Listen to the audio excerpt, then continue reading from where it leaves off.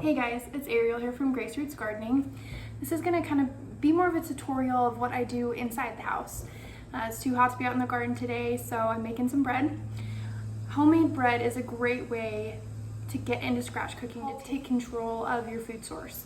It takes very few ingredients. You would be surprised if you read the back of your bag of bread from the store, how many things they put into that. Whereas this is just like 6 ingredients. Easy, simple, cheap. So it's a really great way to get started with scratch cooking and making your own food. So come along with me, let's make some homemade Amish white bread. All right, so I'm gonna start with 2 cups of hot water, just straight into a bowl. And then I'm going to stir in 2/3 of just a regular white granulated sugar. 2/3 cup. So I'm gonna stir this into the hot water and just let it dissolve. Now you want your water, I pull it hot and then it cools down a little bit as I'm dissolving the sugar. You do not want your water to be too hot at the next step when we add the yeast. All right, next step is we're gonna add 1.5 tablespoons of yeast. I use an active dry yeast. This recipe doesn't call for an instant rise yeast, just any standard active dry yeast will work. We're gonna do 1.5 tablespoons of yeast. This is not an exact measurement, but I have found that it really doesn't make a huge difference.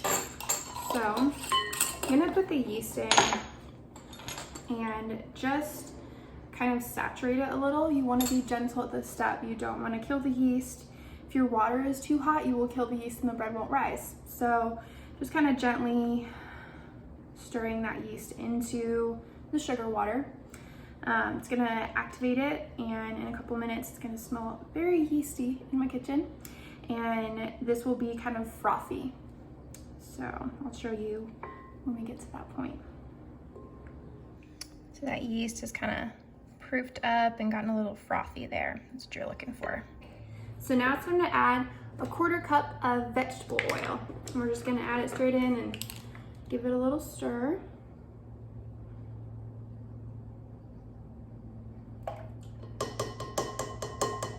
Now we are ready to start adding flour. This recipe can take anywhere from 5 to 6 cups of flour, depending on how humid it is where you're at. I'm in Missouri, it's 76% humidity here today. So for me, my dough is gonna take probably closer to 6 cups of flour to be the right consistency. But I start with adding 5 cups, and then as I'm kneading, I add about an extra cup back in. So let's start adding flour and I'll show you how the dough progresses. So this is just after stirring in 2.5 cups of flour.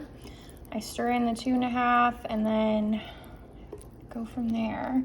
You can just hear that yeast bubbling.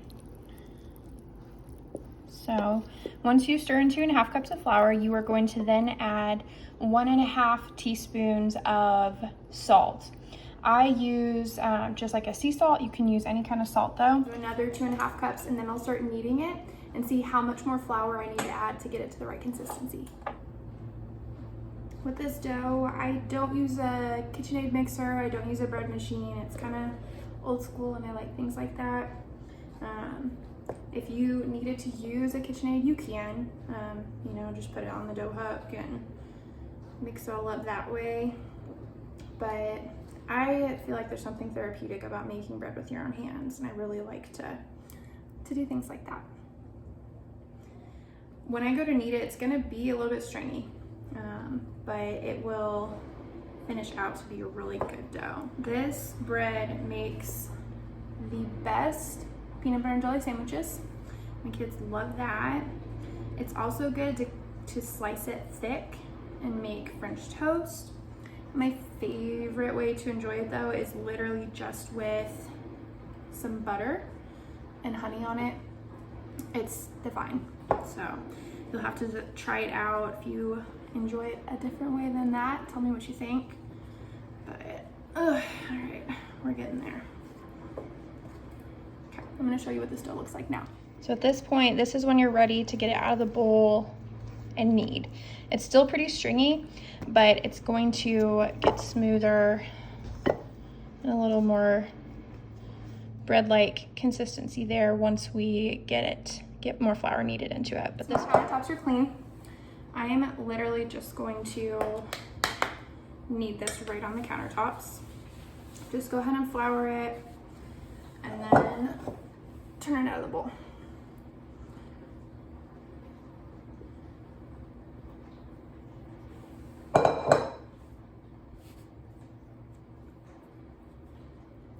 Now you want to knead this for about 5 minutes. And I just keep my flour next to me, add some in, and then knead. If you find it's getting sticky on your hands, add some more flour.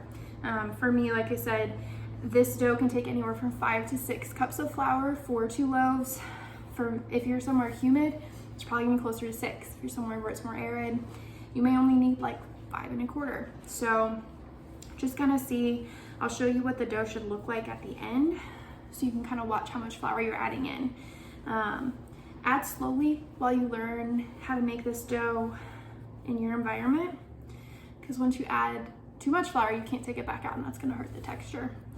So as you're kneading, I'm just kind of working and I'm almost like creating little logs here, and then I'll roll the ends in and do it again. This builds up your bread structure and it really helps to mix everything together. I always look at the clock and see how long it'll be when 5 minutes is up, and keep kneading that whole time.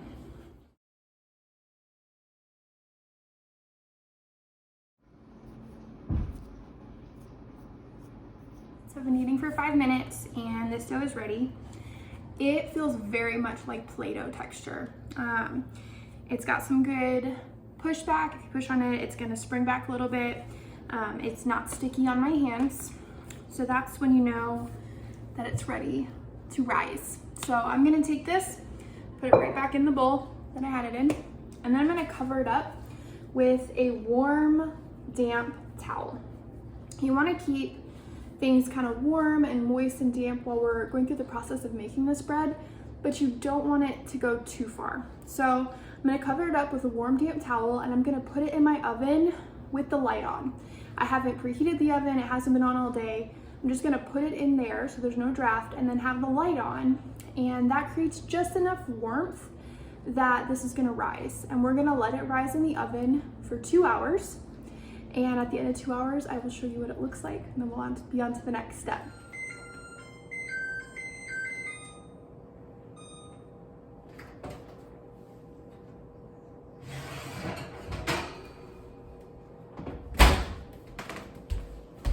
After a 2-hour rise time, your dough's gonna kind of look like that. And now we're ready to separate it into loaf pans and then give it another 45-minute rise. So I turn this out on just a little bit more flour. Just gonna pull the dough away from the side of the bowls.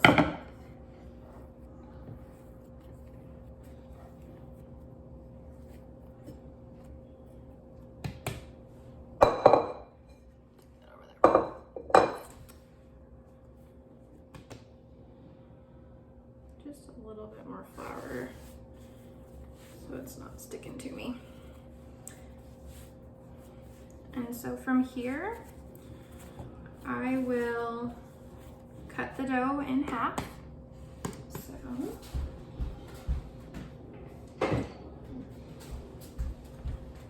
usually just grab a knife. You can weigh it too. A lot of people say to weigh their bread out when you're cutting it into loaves. I just cut it about in half. If I have one bigger loaf, it's okay. So now I'm just going to kind of shape these into neat little loaves. Kind of tuck those ends in good.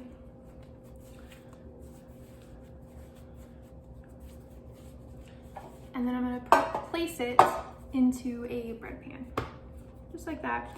You can line these with parchment paper or give them just a light coat of some oil to make sure you can get those back out.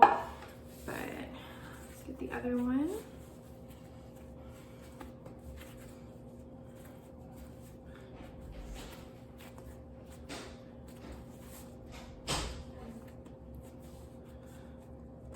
yeah, we're just gonna shape it into a nice little loaf and pop it in that pan. I'm gonna get my towel damp again and cover them up, cover up both pans, put them back in the oven with the light on for 45 minutes and let them rise again, okay? I just took these out after their second rise time. I've got the oven preheating. I'm going to get that preheated and then bake these at 350 degrees for roughly 30 to 35 minutes, depending on your oven. So I try to get these out of the pans before they cool. So I just get a cookie cooling sheet, flip it over. See, my loaves did split a little bit. My rise wasn't very good on this batch. We've got some weird humidity stuff going on, so I was kind of anticipating this batch to be a little off, but it's gonna taste great nonetheless. So, got two beautiful loaves. The key to bread is you do not cut it when it's warm. It is so tempting to cut it when it's warm, but you wanna let these cool completely on a cooling rack and then cut into them. If you liked today's video, please make sure to like, to comment, to subscribe. Really helps kind of validate me taking the time to make videos both on TikTok and on YouTube. It's a lot of work doing them in both places. If you try this recipe out, I'd love to know how it goes for you. Thanks so much for watching today.